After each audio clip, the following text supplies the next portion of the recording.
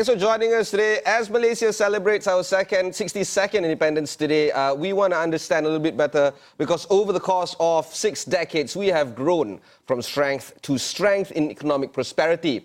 However, when we benchmark ourselves against our neighbours, are we really at a place where we want to be? Or is there more that can be done? Or is there more that must be done? Malaysia's economy has continued to expand at a relatively modest pace in the second quarter of this year. The expansion has been largely supported by a strong household consumption spending. Overall economic activity, however, has been weighed down by slowing export demand and subdued investment growth. And importantly, wages in this country has been arguably stagnant over the course of a few decades. Do we have enough? Can we get more? And how do we make more out of what we have? Well, joining me is Shakira Teh Sharifuddin, the country economist at the World Bank, to reflect on this very special Merdeka episode today. Shakira, thanks again for joining us. Let's do a quick recap into where we are right now, the lay of the land, as we were to speak. I think given this is as a Merdeka episode, I think let's reflect on the last 62 years that we've been since independence.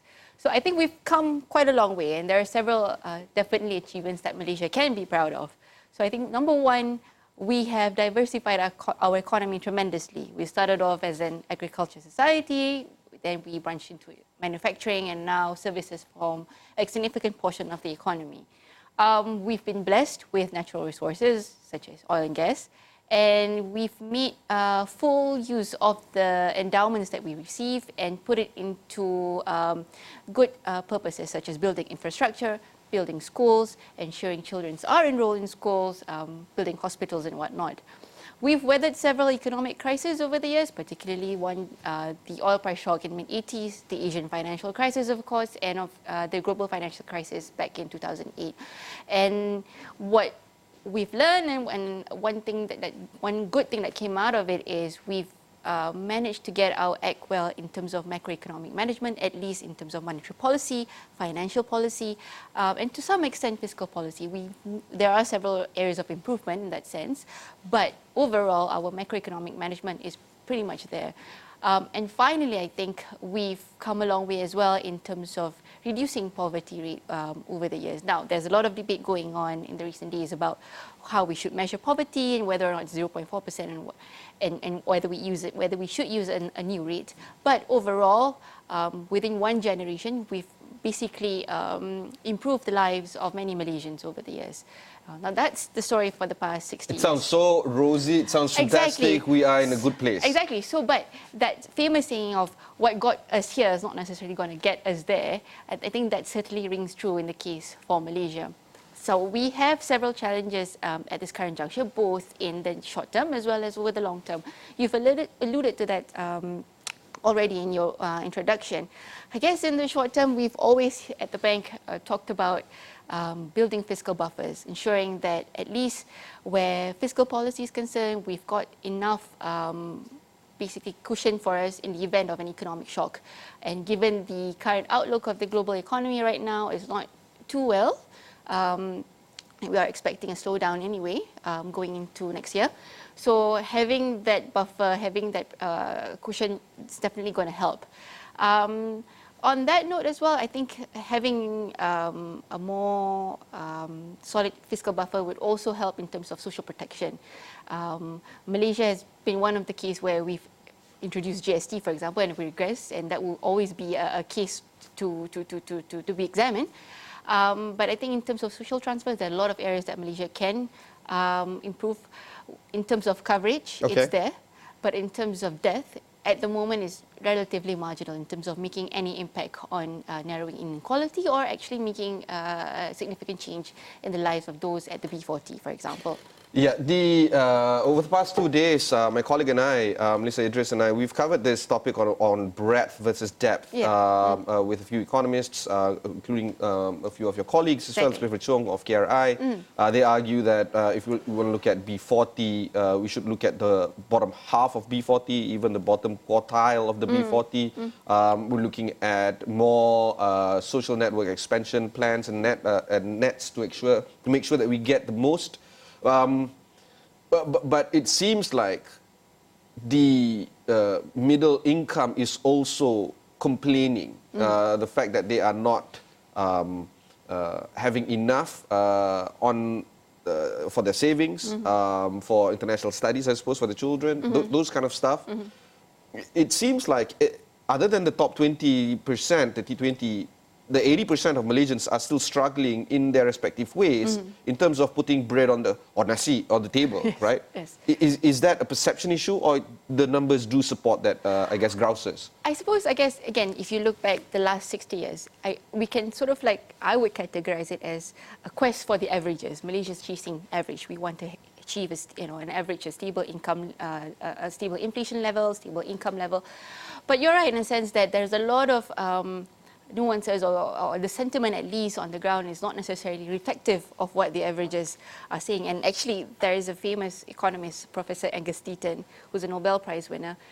Basically, what he said is, averages are no consolation for those who are left behind. And I think in this case, there's definitely a need, I guess, going forward, to look into policies that are addressing more at the micro level, more at the granular level. Now, you talked about people at the B20 or B40. Now, there's certainly a case to continue doing so. But I suppose where the middle class is concerned, the issues or the things that they are looking forward to are more towards elevating or raising their living standards, for example. You mentioned jobs. Yes, there is a need to increase jobs, not just any jobs, but high-skilled jobs. Expenditure affects different households, different way. So for those at the B40, much of the expenditure focuses on food, and that has been experiencing a large price increase over the years. So certainly they felt most of in terms of price increases. But I think many of the grievances also touch on housing prices, and now that is a lot of structural issues that goes into the picture as well. You need to talk about the supply of affordable housing, for example. I think more recently government takes into trying to look into financing, but I think the issue on our end, we always think that it's more of there is a mismatch between demand for affordable housing and the supply, in which in this case there's a lot more supplies on the high end. Okay. So that's all right. We'll take a short break. When we come back, we'll discuss a little bit more about this very special Merdeka episode with Shakira of World Bank. Don't go anywhere.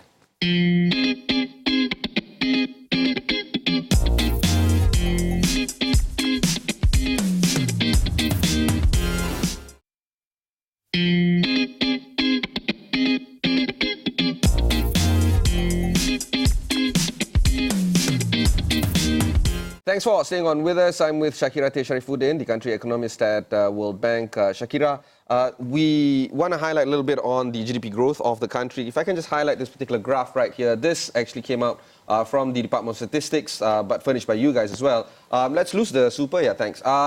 You can see that the growth target for this year is actually middling at about 4.7 to 4.8. This comes across as quite an interesting figure because we thought we would break that 5.0 threshold. Is this within our expectations when we set off, I guess, late last year? I think it's within expectations because when many institutions, including us, made the forecast for 2019 this year, it took into consideration the escalation of trade wars in China, as well as a subdued business investment environment in Malaysia. So if we look back at the numbers for the second quarter, it certainly came better than expected at 4.9%. But if you dig deeper into the numbers, part of it is driven by an increase in net exports. But the increase in net exports is not necessarily driven by higher exports, but it was more on a decline in imports, and more importantly, intermediate imports. And these sort of acts as a barometer of how the trade pattern is going. It could be going forward. And so I think for Malaysia, at least for this year, we're expecting growth to still remain within the government's forecast of 4.3 to 4.8. Yeah. Our forecast puts Malaysia at 4.6% this year, as well as next year in 2021. Right. When this statistics came out, one thing that jumped to me is the services bracket. And I think, if I'm not mistaken, correct me if I'm wrong, that services growth actually slowed down in the second quarter as compared to the first quarter.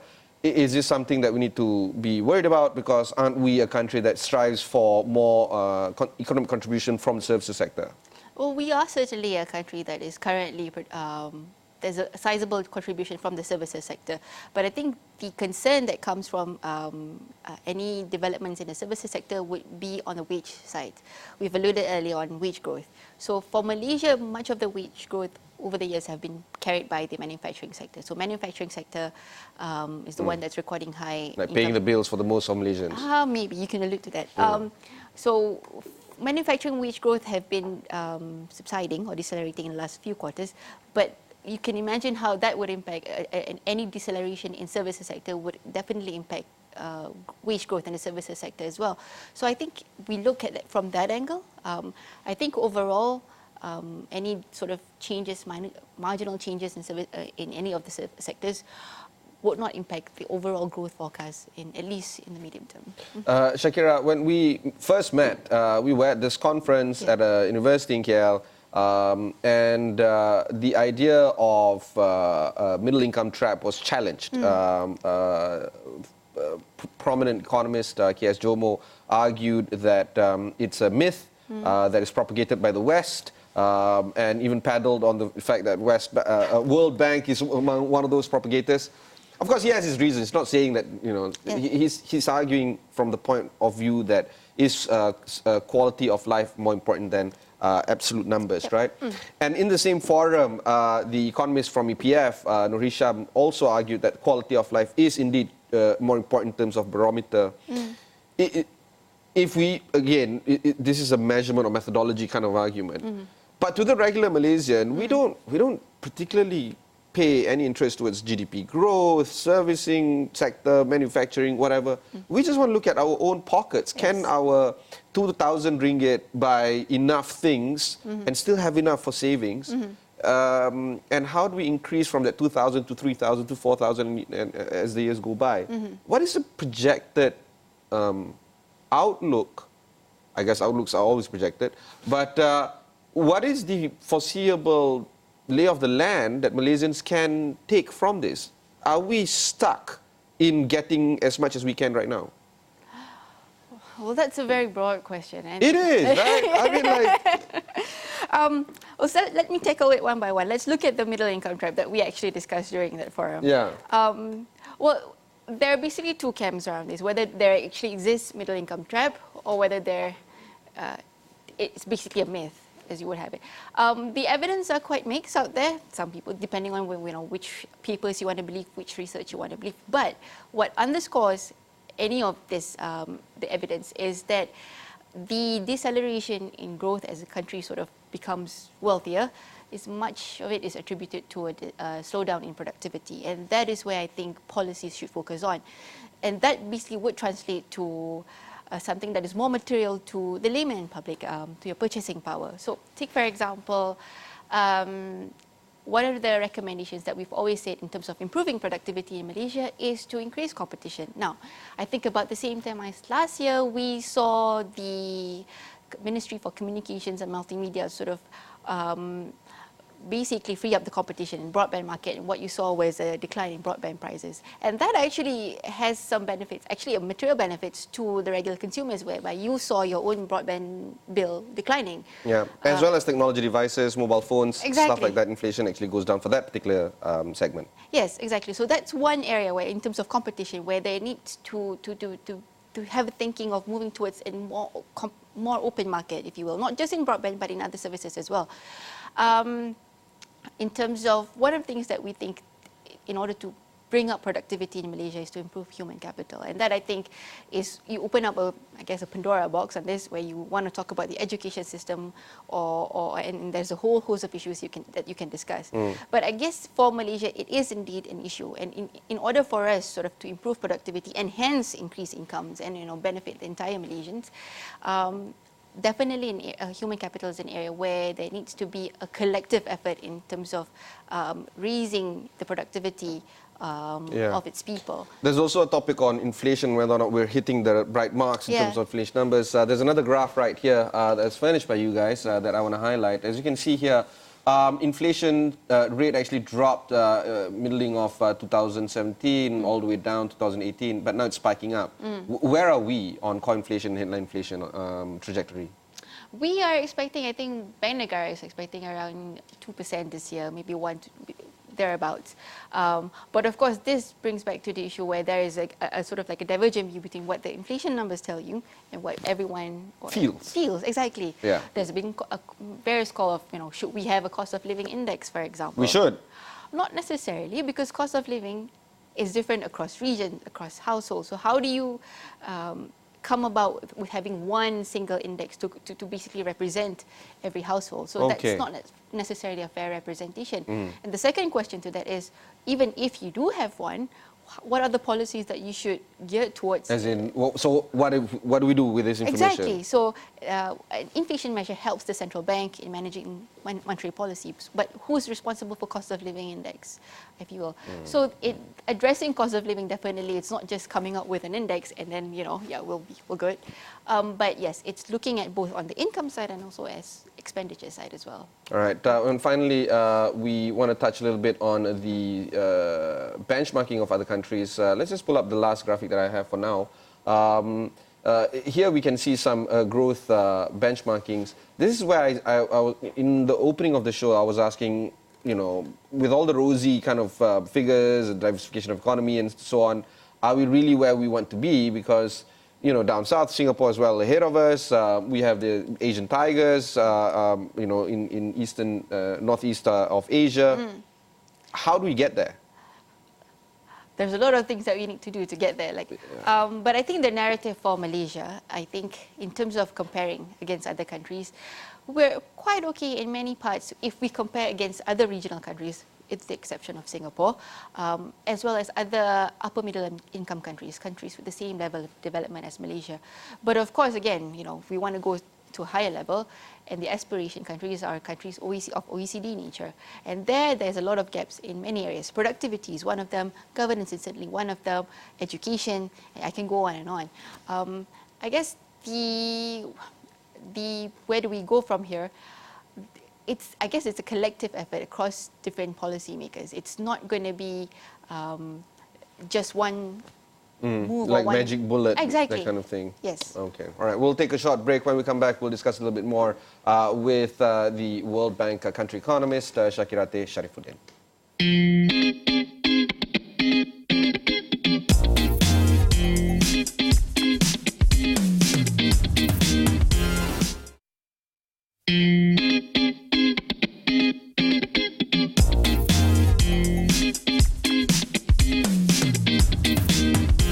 Thanks for staying on with us. This is a special Merdeka episode because we want to unlock a little bit more about the conversation of where we are at this particular moment in time as a country celebrating our 62nd anniversary.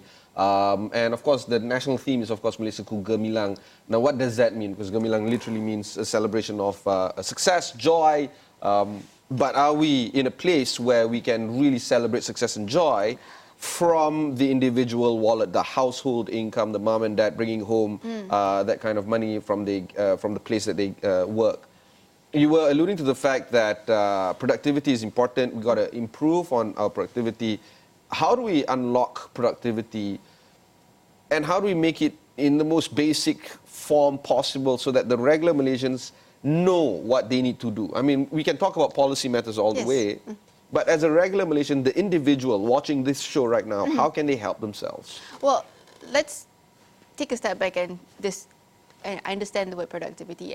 And my personal view is, more often than not, the burden of increasing productivity is placed on the shoulders of individuals, of workers. When I think there's a bigger concept to that, it basically covers in terms of your, like I said, competition policies, structural policies, infrastructure policies. But I guess where individuals could come in, one is in terms of, one of the things that we stress is the need to improve the complementary factors in order to raise productivity. Okay. Malaysia has low female labour participation. I mean, lower than many other countries in the region, including countries with same level of development. So one is trying to find opportunities, especially if you're a woman, to get into the job market. That's one. There's always this talk about the need to continue to upskill yourselves. Now, it's quite a very fragmented landscape in terms of, for an employee to upskill. But I think continuously finding ways and means to grasp new skill is definitely something that could, in the long run, improve your productivity. And this should be passed on to your children as well. And I guess when you talk about children, the interesting fact for Malaysia is overall Malaysians go to school for about 12 years or so, but the amount of learning that you get is only about 9 years. So there's a 3-year gap between what children learn in school and the amount of time they spend in school. How do you come about that? We actually developed this thing called Human Capital Index at the World Bank. So we try to estimate the amount of learning a student gets when they go to school. So what we do is we look at the enrollment, how many years you go to school, and then we try to match it with the amount of learning by proxy of standardized test score like TIMSS and PISA. So Malaysia has a 3-year learning gap. So I guess if you're a parent, one of the things that you could do is to ensure that your children's education, particularly in science, technology, and also reading comprehension, is sort of continue to improve on that end as well. Okay. Well, there's also a conversation of how we need to have, whether or not we need to have multiple job opportunities or diversify our income even further. And in that, I guess, in that conference that both of us spoke at, we were talking a little bit about labor versus capital. And it seems that the richer you are, the more capital you have, the better the economic prospects of your prosperity. So a person that can work, hours on end and gets a lot, let's say, he gets charged or she gets charged 26, 25% income tax. Capital RPGT is like 5%. So the way we look at capital is different from the way we should. Do you think that, and this has, I guess, graduated from a philosophical debate to a really practical one. Do we need to tax more for people who have capital? Yes. And at the moment... Wouldn't that discourage them from investing? Well, not necessarily, because overall there's been a greater, clarion call across the world that, we should consider more progressive way of taxing, and that is one is to have higher tax for those at the higher income tax bracket, and also looking into ways where we can tax capital, but not necessarily in a way that you would discourage them from continuing to invest. I mean, at least in the case of Malaysia, we do not have much capital gains tax to begin with. We have the RPGT, but beyond that, there's nothing else. So definitely, you could explore, at least on the government side, ways in which you could, at least introduce or at least condition themselves first to this before exploring, I guess, more ways of taxing. And about the repealing of the GST, has that harmed us over time? Well, it certainly created a bigger challenge for the government, because once it was removed, you had that 20 billion shortfall, which SST can't cover. And again, that will always be the hallmark for Malaysia taxation policy.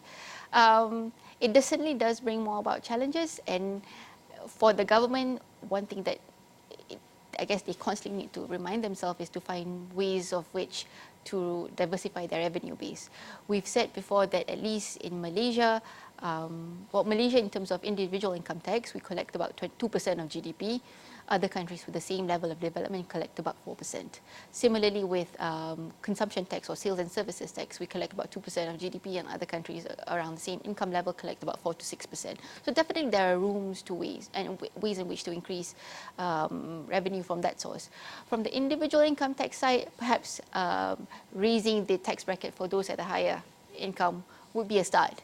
So Malaysia's income tax rate for those at the high end would be around 25 to 28%. Thailand has about 30%. Korea has about similar rate as well. So definitely it's a start in which you don't hurt the rest of the other population. In terms of sales and services tax, right now there are a lot of exemptions. So one way that you can sort of increase the revenue from there is to find ways in areas where you can sort of remove that exemption and start taxing. The government has already taken steps in terms of digital transactions, which would take place, I think, was it this year? Yeah, so I need to pay tax for my Netflix account. Yes, which is quite it's a small bummer, amount. but yeah. A small amount. But so that is a step in the right direction. But yes, looking into ways where more exemptions, unnecessary exemptions, where it can be lifted. Yes, definitely. Well, we are drawing to a close this particular episode. What's your wish for Merdeka? Do you think that it's a very promising country?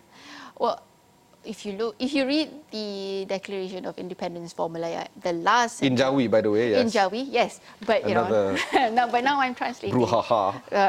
But if you translate that in English, the last sentence of it reads, the country would continue to be built on the principles of liberty and justice or freedom, and ever seeking ways to improve the well-being and happiness of its people.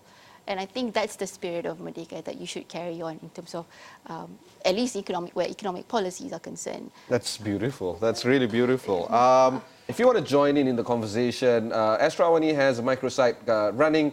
This particular website, astroawani.com/Merdeka, talks about how you can share your thoughts, your views on Merdeka as well. But again, Shakira, thanks very much for... Thank you for having me. Yeah, for sharing the time with us. I've been speaking with Shakira Teh, pardon me. I've been speaking with Shakira Teh Sharifuddin, country economist of the World Bank. Thanks very much for watching, and goodbye.